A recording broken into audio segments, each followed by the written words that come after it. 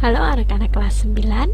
Hari ini kita akan belajar tentang sifat bahan dan manfaatnya dalam kehidupan sehari-hari. Silahkan disimak ya.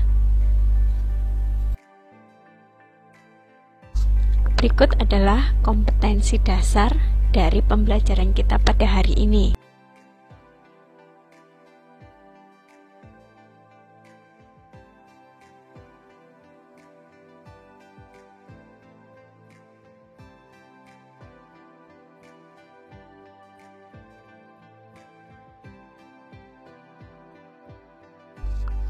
Hari ini kita akan belajar berbagai barang dalam kehidupan sehari-hari, mulai dari bahannya, jenis bahan yang dipakai, dan juga karakteristiknya.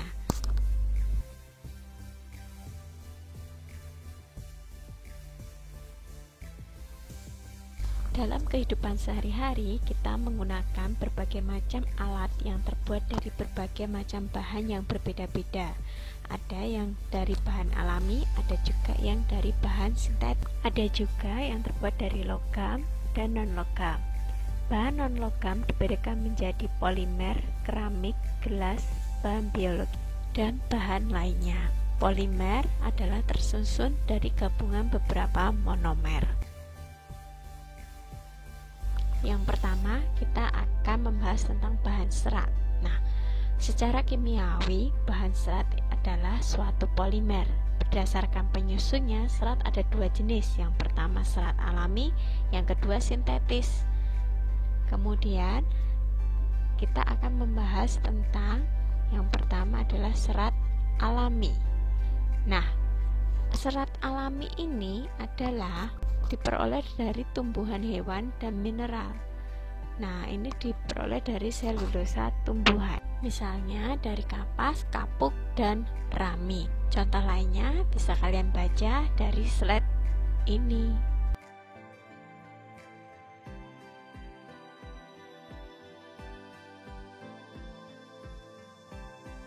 Yang kedua adalah serat sintetis. Nah, serat sintetis ini merupakan serat yang dibuat oleh manusia. Bahan dasarnya tidak tersedia secara langsung dari alam. Contoh-contohnya bisa kalian baca dari slide berikut ini. Kemudian pemanfaat tekstil dari berbagai macam serat. Nah, untuk mengetahui ciri dari suatu bahan serat itu dapat dilakukan dengan analisis pembakaran. Untuk dapat mengetahui ciri, kehalusan, daya serap, kekuatan, dan elastisitas.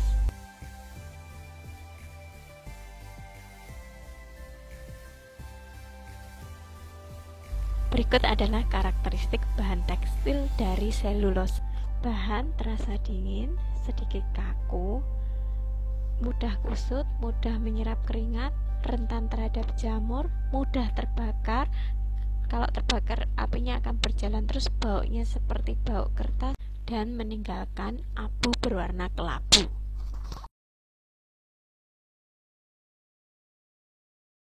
Berikut karakteristik serat linen. Bahan terasa dingin, sedikit kaku, mudah kusut, mudah menyerap keringat, rentan terhadap jamur. Karakteristik serat sutra. Ciri-cirinya berkilau, sangat bagus, lembut, tidak mudah kusut, sangat halus, kekuatannya tinggi, dan kurang tahan terhadap sinar matahari. Daya serap cukup tinggi, tidak mudah berjamur, sukar terbakar, apabila terbakar pun cepat padam, berbau seperti rambut terbakar, dan meninggalkan abu hitam bulat dan mudah dihancurkan.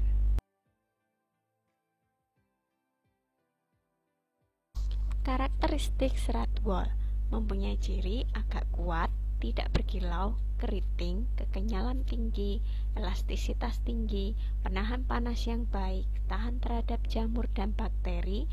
Pada pembakaran terbentuk gumpalan hitam dan berbau rambut terbakar.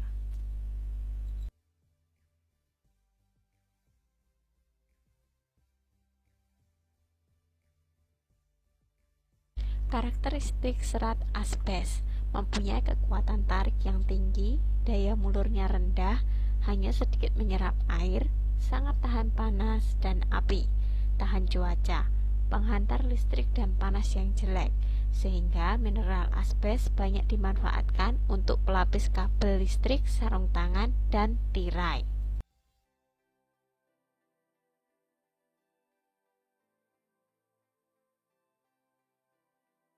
Karakteristik serat nilon: sangat kuat, ringan, dan berkilau. Elastisitas sangat kuat, tidak mudah kusut, tahan terhadap serangan jamur dan bakteri, tidak tahan panas, mudah terbakar, meleleh bila dibakar, berbau khas, serta meninggalkan bentuk pinggiran kertas yang berwarna coklat.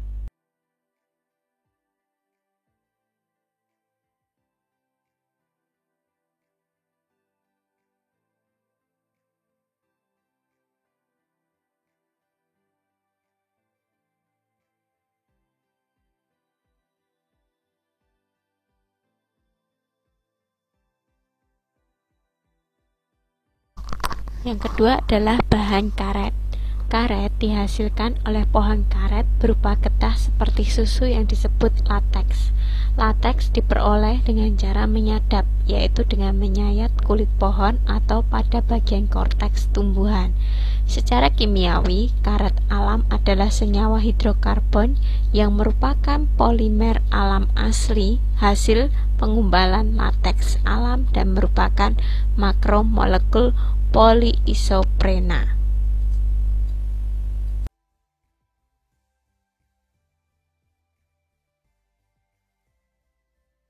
Keunggulan karet alami: yang pertama, memiliki daya elastisitas yang baik. Kedua, plastisitas yang baik sehingga mudah pengolahannya. Ketiga, mudah aus, tidak mudah habis karena gesekan dan tidak mudah panas. 4. Memiliki daya tahan yang tinggi terhadap keretakan, tahan hentakan yang berulang-ulang. 5. Daya lengket yang tinggi terhadap berbagai bahan. 6. Dalam bidang industri memiliki peran yang sangat besar. Contohnya adalah ban pesawat terbang dan ban balap mobil. Dibuat dari bahan baku utama yaitu karet alam murni.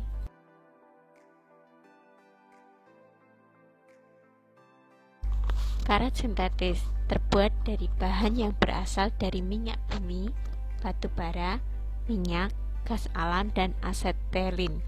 Keunggulan karet sintetis yaitu yang pertama, tahan terhadap suhu tinggi atau panas, minyak, pengaruh udara, dan kedap gas. Kedua, dapat menggantikan fungsi karet alami.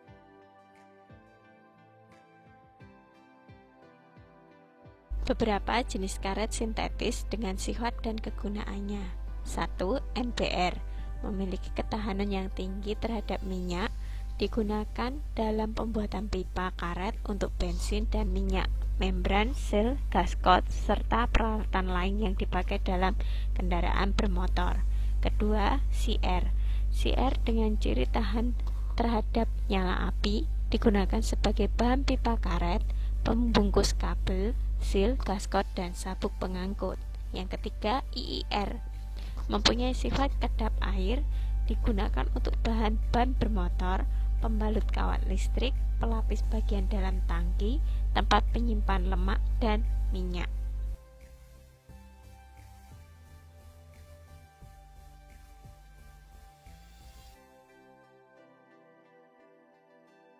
Bahan ketiga, tanah liat dan keramik. Tanah liat merupakan bahan dasar yang dipakai dalam pembuatan keramik. Sifat fisik dari tanah liat yaitu plastis bila keadaan basah, keras bila kering, dan bila dibakar menjadi padat dan kuat. Keramik adalah barang dari tanah liat yang dibakar seperti gerabah, genteng, porselin, dan sebagainya.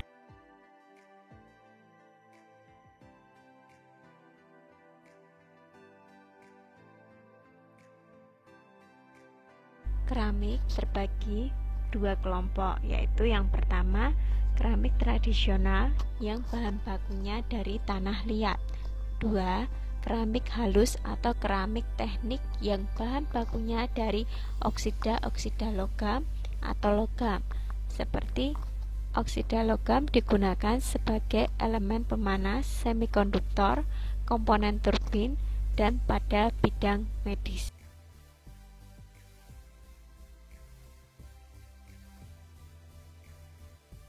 Keramik tradisional dibedakan menjadi tembikar, gerabah, keramik batu, dan porselin. Tembikar ini adalah produk yang bahan bakunya dari tanah liat dengan pembakaran 1000 derajat Celcius. Gerabah itu dengan pembakaran 1200 derajat Celcius, sementara porselin itu 15.000 derajat Celcius. Berikut beberapa contoh produk yang terbuat dari bahan baku tanah liat ya. Jadi ada tembikar, gerabah, keramik, dan porselin. Anak-anak bisa baca sendiri contoh-contohnya.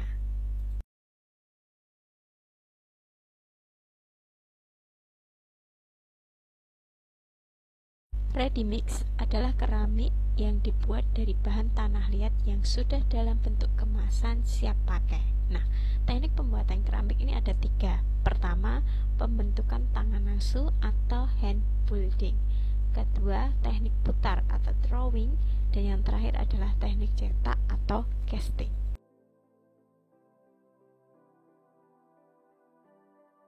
Langkah-langkah pembuatan keramik. Pertama, tahap pembentukan, yaitu tahap pengubahan tanah liat plastis menjadi benda-benda yang dikehendaki. Kedua, pengeringan, bertujuan untuk menghilangkan air yang terikat pada badan keramik. Ketiga, pembakaran, proses mengubah bahan yang rapuh menjadi bahan padat, keras, dan kuat. Keempat, glasir, melapisi permukaan keramik melalui proses pengeringan. Kelima, pelukisan, memberi hiasan dengan motif-motif yang menarik. Kemudian keenam, pembakaran kembali dengan dalam oven dengan suhu kurang lebih 800 derajat Celcius. Dan yang terakhir adalah pengemasan sesuai dengan permintaan. Bahan yang keempat adalah bahan gelas. Menurut catatan sejarah, kaca sudah diproduksi sejak tahun 4 sebelum Masehi, yaitu dengan bahan pasir kuarsit yang dipanaskan sampai meleleh, kemudian didinginkan, dan terbentuklah benda keras yang tembus pandang. Gelas merupakan benda padat dengan struktur yang berbeda dengan keramik. Senyawa kimia dengan susunan yang kompleks diperoleh dengan membekukan lelehan melalui pendinginan. Produk yang bersifat bening tembus pandang secara optik dengan kekerasan yang cukup. Bersifat sangat rapuh, mudah pecah menjadi pecahan yang tajam, mudah dimodifikasi bentuknya dengan proses kimia atau pemanasan. Gelas aman digunakan sebagai kemasan karena beberapa sifat unggul berikut. Pertama, kedap terhadap air, gas, bau-bauan, dan mikroorganisme. 2. Tidak dapat bereaksi dengan barang yang dikemas atau bahan kimia. 3. Dapat didaur ulang. 4. Dapat ditutup kembali setelah dibuka. 5. Tembus pandang sehingga isinya dapat dilihat. 6. Memberi nilai tambah bagi produk. 7. Kaku dan kuat sehingga dapat ditumpuk tanpa mengalami kerusakan. 8. Gelas dapat disimpan dalam jangka waktu panjang tanpa mengalami kerusakan. Kemudian bahan yang kelima adalah bahan kayu. Kayu digunakan untuk berbagai keperluan, mulai dari peralatan masak seperti sendok, kayu perabot, bahan bangunan, bahan kertas, alat transportasi, dan lain-lain. Juga dimanfaatkan sebagai hiasan-hiasan rumah tangga, aksesoris, dan cindera mata. Pemanfaatan kayu disesuaikan dengan sifat-sifatnya. Berikut beberapa sifat kayu. 1. Bobot dan berat jenis. 2. Keawetan. 3. Warna. 4. Tekstur. 5. Kesan raba. 6. Bau dan rasa. 7. Nilai dekoratif. 8. Kekerasan atau densitas. 9. Kayu yang keras termasuk kayu yang berat. Kayu yang ringan termasuk kayu yang lunak.